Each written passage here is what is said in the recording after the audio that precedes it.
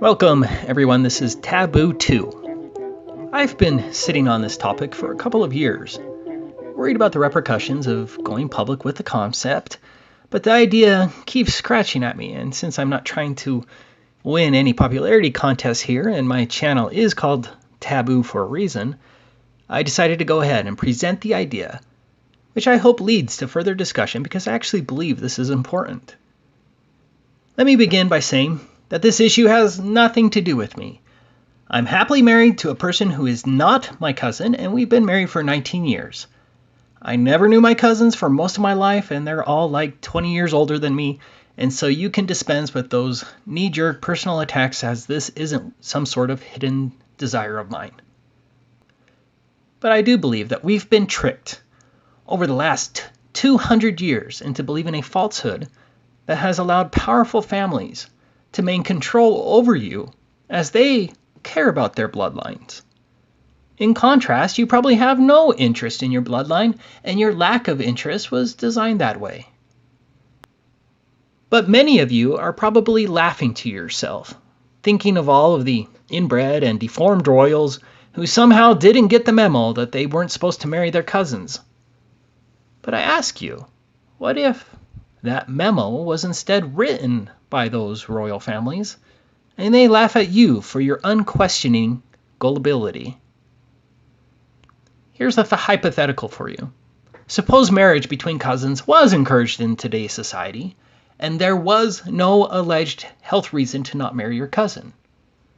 With this hypothetical environment in mind, let's suppose you married your first or second cousin. Your parents were cousins, and their parents were cousins, and so forth. Ask yourself this question: what would your family be like now? Would you have a closer bond to your family? Would you have a closer bond to your spouse? Would your children have a stronger bond with their family? Would you despise your in-laws, as many of us do, or would you have an impenetrable familial bond? Do you think it would have an impact on maintaining wealth in your family and long-term objectives? What about geographic proximity? Would you do the unthinkable and even group together in a community and create a lasting estate for the family? What about unique familial traditions? Would you still have them? What about your relationship with others outside your family? Would you be less interested in non-family relationships? And for those Game of Thrones fans, would you be more like the Lannister family, without the evil side, and even have your own family crest that you honored and cherished, and could care less about other government-imposed identities? Would family be vastly more important to you than your national, state, or city identity? What if you then somehow convinced everyone else to dilute their bloodlines by marrying whomever, but you kept your secret family institution going, knowing the benefits? Would your family become more powerful while others become less so?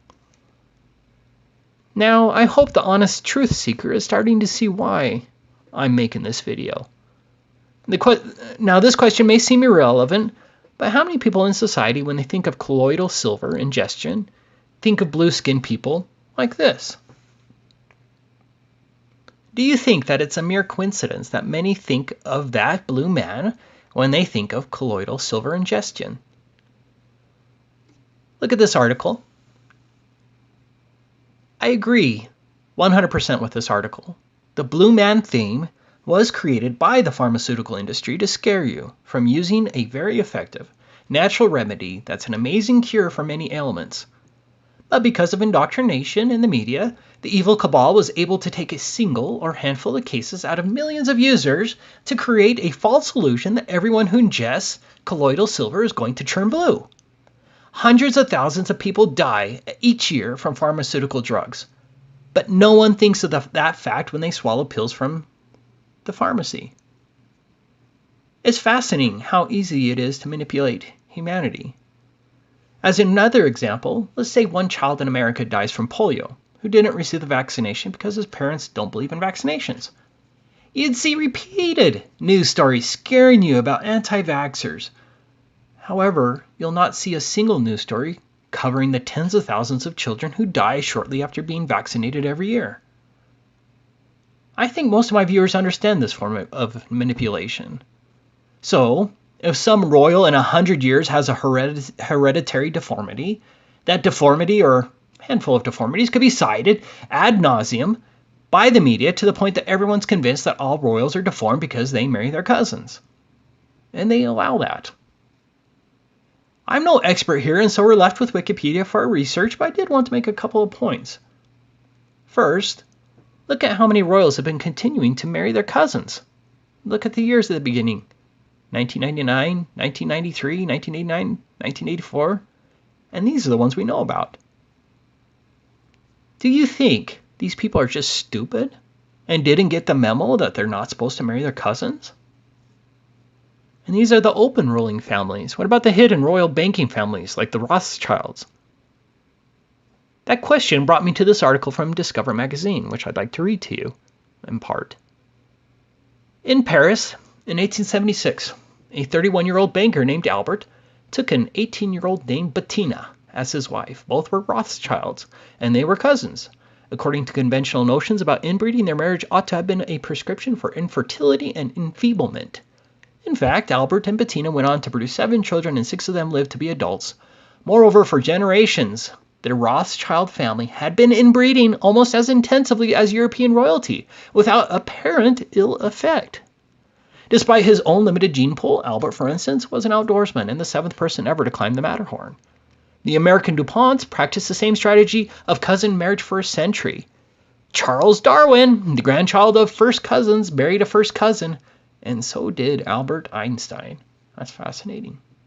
In our lore, cousin marriages are unnatural, the province of hillbillies and swamp rats, not Rothschilds and Darwins. In the United States, they are deemed such a threat to mental health that 31 states have outlawed first cousin marriages.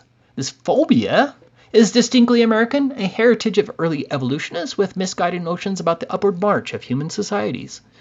Their fear was that cousin marriages would cause us to breed our way back to frontier savagery, or worse.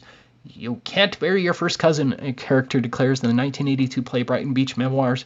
You get babies with 9 heads. So when a team of scientists led by Robin L. Bennett, a genetic counselor at the University of Washington and the president of the National Society of Genetic Counselors, announced that cousin marriages are not significantly riskier than any other marriage, it made the front page of the New York Times. The study, published in the Journal of Genetic Counseling last year, determined that children of first cousins face about a 2 to 3% higher risk of birth defects than the population at large.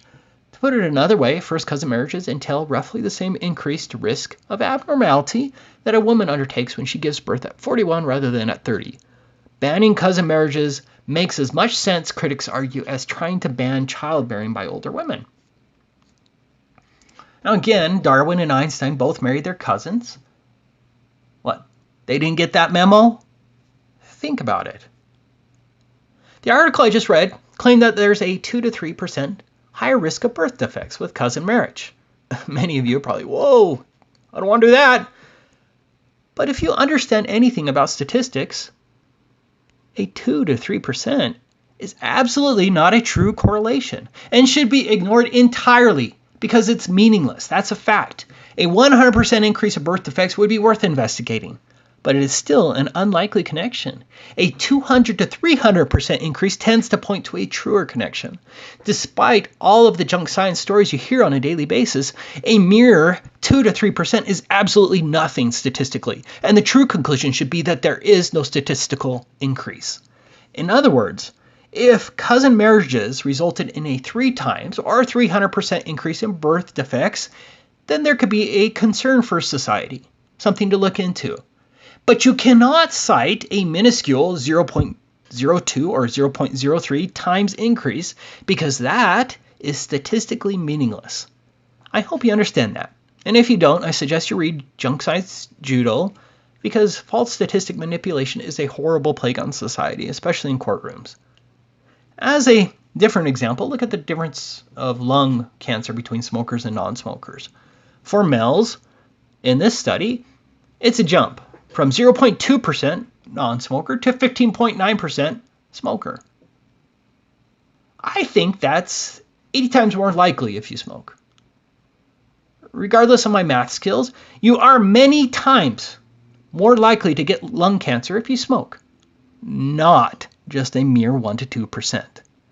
If there was only a cited 1 to 2% more chance of getting lung cancer from smoking, the correlation would be statistically nothing, and you'd be free to smoke without any fear of lung cancer because there is no correlation with a mere 1 to 2% increase.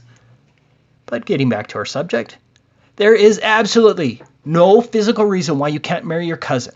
And you can't cite that 1 to 2% increase in birth defects because that statistic is entirely meaningless for statistical purposes.